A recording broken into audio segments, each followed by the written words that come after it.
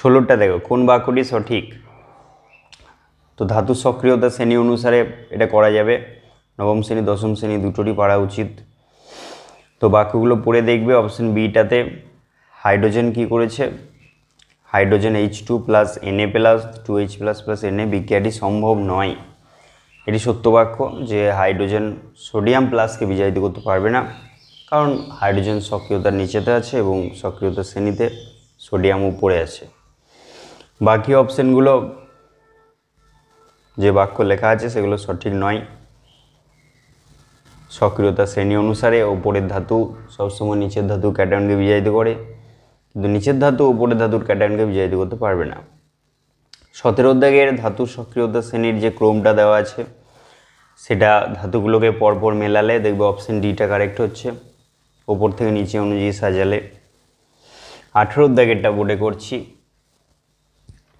18 দাগেরটা কী আছে, এটা নবম শ্রেণীর একটা কোশ্চেন আছে। একটি বস্তুর উপর 5 নিউটন বল প্রয়োগ করলে বস্তুটি 10 মিটার এগিয়ে যায়। যদি কার্য হয় 25 জুল, তবে প্রযুক্ত বল ও সরণের অভিমুখের মধ্যবর্তী কোণ। হ্যাঁ, তার জন্য তোমাকে কসের বিভিন্ন মানগুলো জানতে হবে। তোমার কাছে যে সূত্র ছিল সেটা হচ্ছে কার্য ডাব্লু সমান হচ্ছে F into S displacement into cos theta. এবার যখন একটা বস্তুর ওপর বল প্রয়োগ করা হয় তখন সেই বস্তুটা যদি বলের প্রয়োগ বিন্দুর দিকেই সরণটা হয় তখন আমার থিটাটা চলে আসছে 0 ডিগ্রি। এবার সেই সময়ে কস 0 ডিগ্রি সমান আমরা 1 ইউজ করছি, সো তখন ফর্মুলাটা চলে আসছে কৃতকার্য সমান প্রযুক্ত বল ইন্টু সরণ। ওকে, দেখতে পাচ্ছ এটা আমরা ন্যাচারালি ইউজ করি। এবার যখন বস্তুর প্রযুক্ত বল আর বলের অভিমুখ এবং বস্তুর সরণের অভিমুখ যখন আলাদা হবে, অর্থাৎ প্রযুক্ত বল যদি এইদিকে হয়, বস্তুর সরণ যদি এইদিকে হয়, মাঝের কোণটা যদি থিটা হয়, এটা হচ্ছে বলের অভিমুখ আর এটা হচ্ছে সরণের অভিমুখ, তো সেক্ষেত্রে আমরা এইটা ইউজ করব। এবার এখানে ডাব্লু বলা আছে, এফ বলা আছে, এস বলা আছে, তোমাকে কস থিটা বার করতে হবে। এবার থিটার দশম শ্রেণীতে যে থিটার মানগুলো দেওয়া আছে সেই রকমই মান ব্যবহার করা হয়েছে, ফলে এটা কঠিন নয়। 5 নিউটন বল প্রয়োগ করা হয়েছে, 10 মিটার এগিয়ে গেছে, 25 জুল কার্য করেছে। তাহলে এসআই পদ্ধতিতে দেখে নেবো সবগুলো আছে কি না, না থাকলে ওটা কনভার্ট করে নিতে হবে। তো দেখা যাচ্ছে ঠিকই আছে। তাহলে কস থিটা সমান কী হলো, 25/50 মানে 1/2। তাহলে কস থিটা যদি 1/2 হয় তাহলে কত মান 1/2, তো কস 60 ডিগ্রি 1/2, তাহলে থিটা সমান হয়ে গেল 60 ডিগ্রি। তাহলে 60-এ আনসার পাচ্ছি আমরা, দেখতে পাচ্ছ।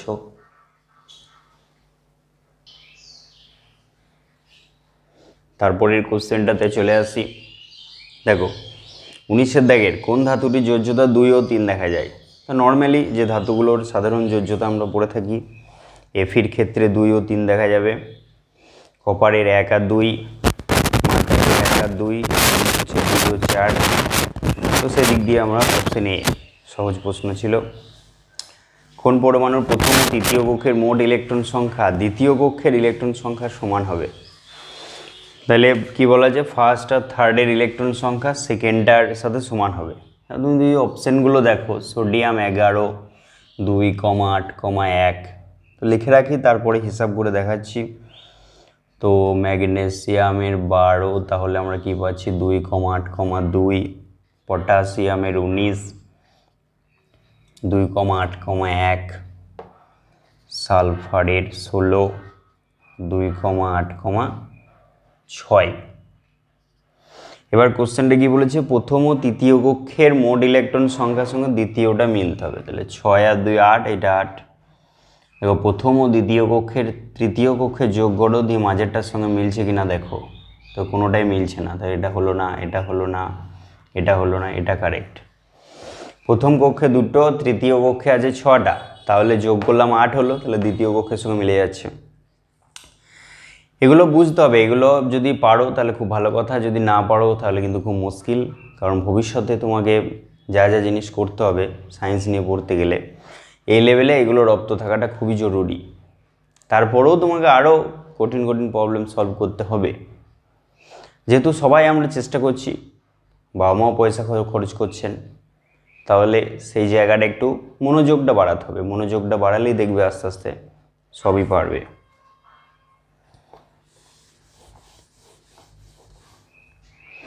তো তারপরে একটা জীবনবিজ্ঞানের প্রশ্ন রয়েছে রেচনাঙ্গ এবং শ্বাসঙ্গ দিয়ে।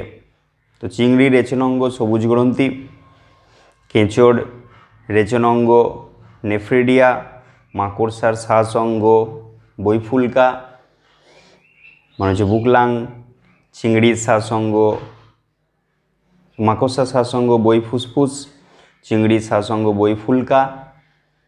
তো সেদিক দিয়ে অপশান ডিটা কারেক্ট হবে। কোনটি নাইট্রোজেনযুক্ত রেচন পদার্থ? দেখো নাইট্রোজেনযুক্ত আর নাইট্রোজেনবিহীনকে যদি আমরা লিস্ট করি তাহলে দেখব উপাক্ষারগুলো আছে। এবার উপাক্ষারের মধ্যে এখানে কুইনাইন অপশানটা রয়েছে। গদ, রজনা, তরুক্ষীরটা হচ্ছে নাইট্রোজেনবিহীন, তাহলে কুইনাইনটা হচ্ছে নাইট্রোজেনযুক্ত উপাক্ষারের মধ্যে। সর্পগন্ধা গাছ থেকে কোন উপাক্ষারটি পাওয়া যায়? সর্পগন্ধা থেকে আমরা পাই রেসারবিন। সিঙ্কোনা গাছ থেকে পাই কুইনাইন, তো এখানে রেসারবিন উত্তর হবে। মানুষের অটোজোমে থাকা জিন দ্বারা কোনটি নিয়ন্ত্রিত হয় না? হয় না লেখা আছে। এবার অটোজোম মানে হচ্ছে থ্যালাসেমিয়া, অটোজোম বাহিত রোগ। এবার অটোজোমের দ্বারা যে জিনিসগুলো হয় রোলার জীব অটোজোম দ্বারা, থ্যালাসেমিয়া, কানের যুক্তলতি আমরা জানি এটা বিশেষ প্রকরণ বলে, যেটা অটোজোম দ্বারা নিয়ন্ত্রিত হয়। কিন্তু হিমোফিলিয়ার মধ্যে মানে হিমোফিলিয়া এ এবং হিমোফিলিয়া বি এটা এক্স ক্রোমোজোম গঠিত রোগ, তো সেই জন্য অটোজোম বাহিত রোগ নয়, সেটা আমরা এখানে ব্যবহার করছি। 25 দাগের কন্যা তখনই হিমোফিলিয়া আক্রান্ত হতে পারে। এবার কন্যা হিমোফিলিয়া আক্রান্ত মানে হিমোফিলিয়া অনুযায়ী কন্যার জিনটা হবে এরকম, এখানের মধ্যে একটা পিতার থেকে আসবে একটা মাতার থেকে আসবে, তাহলে এটা হচ্ছে পিতার থেকে আসছে, এটা মাতা থেকে আসছে। আমি বলছি 25 দাগের কোশ্চেনটা। তাহলে কন্যার যদি এটা পিতার থেকে আসে তার মানে দেখা যাচ্ছে যে পিতা বাহক হতে পারে না, তার মানে পিতা হচ্ছে আক্রান্ত XHY। এটা মাতা আছে, তাহলে মাতা এখানে বাহক হতে পারে আক্রান্ত হতে পারে, তাহলে মাতা আক্রান্ত অপশানে তুমি পাবে না, তাহলে মাতাকে হয় বাহক হবে নইলে মাতা আক্রান্ত হবে, ঠিক আছে?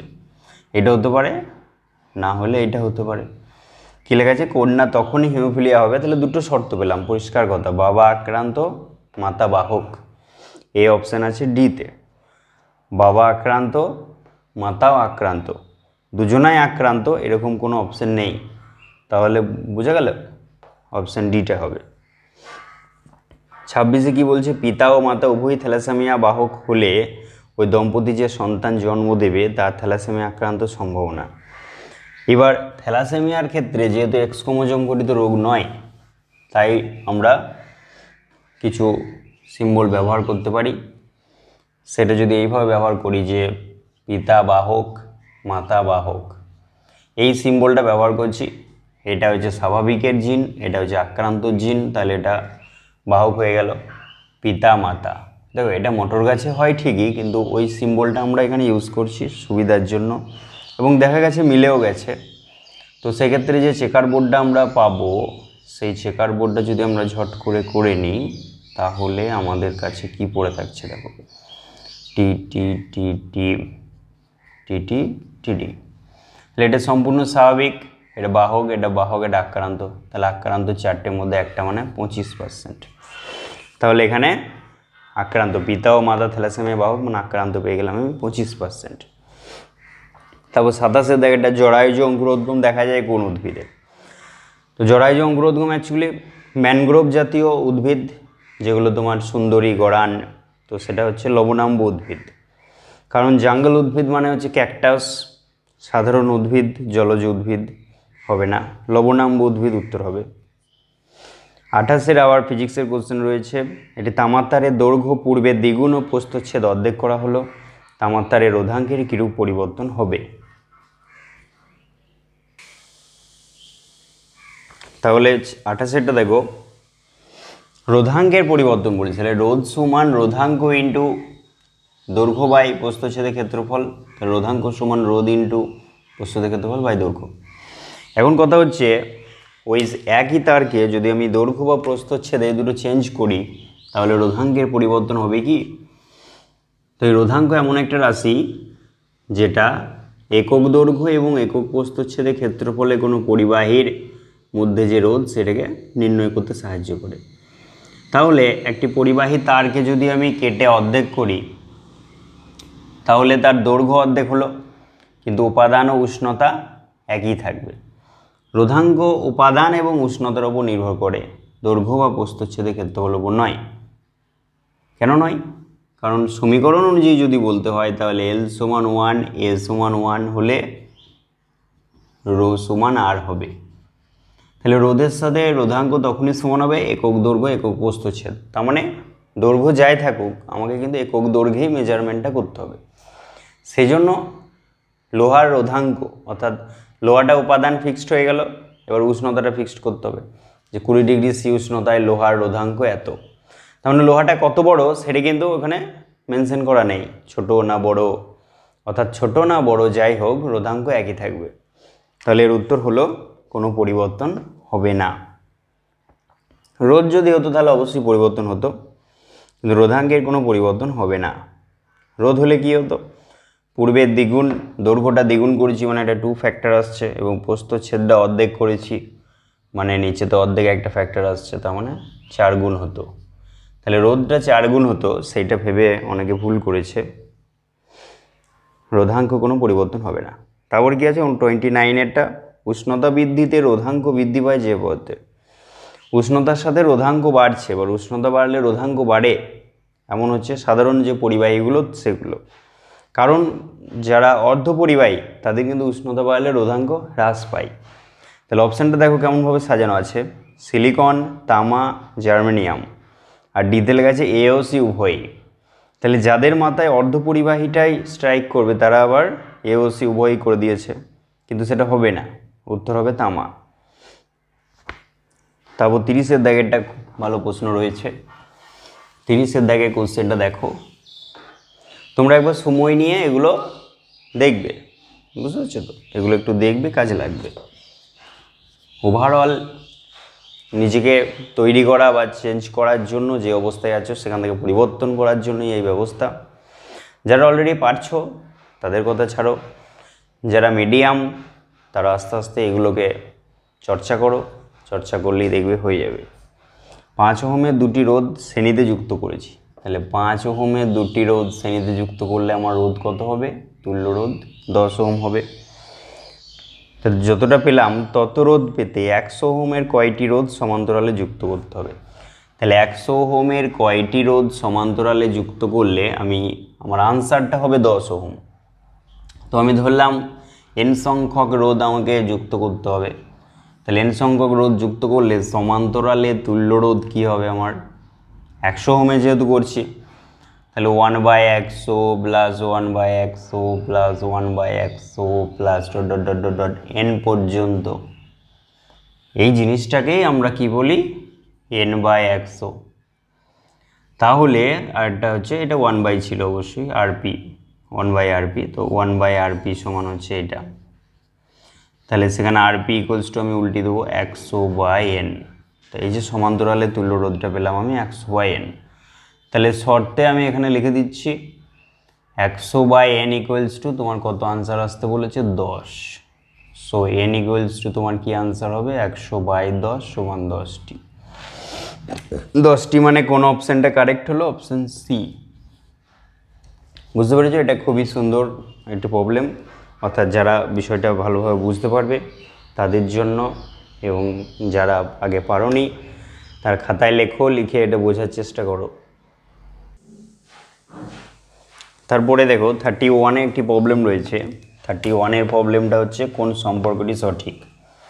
তো আমি অপশান অনুযায়ী অ্যালফাবেটিক্যালি লিখে যাচ্ছি। দেখো ampere into ohm equals to watt, তাহলে ampere ohm equals to watt, এরকম তুমি দেখেছো?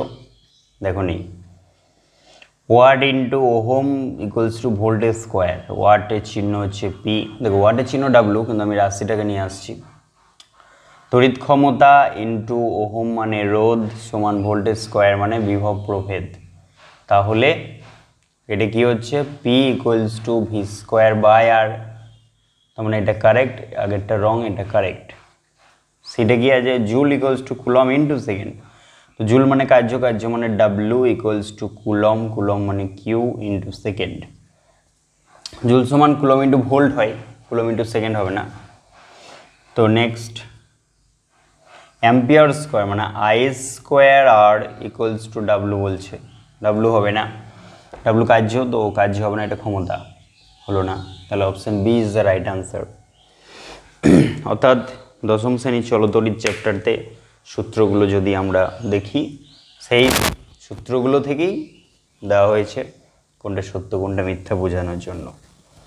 তারপরে এবার অঙ্কে ঢুকে যাচ্ছে, ম্যাথামেটিক্স, জিআই, রিজনিং এই সমস্ত পর্বে চলে আসছে।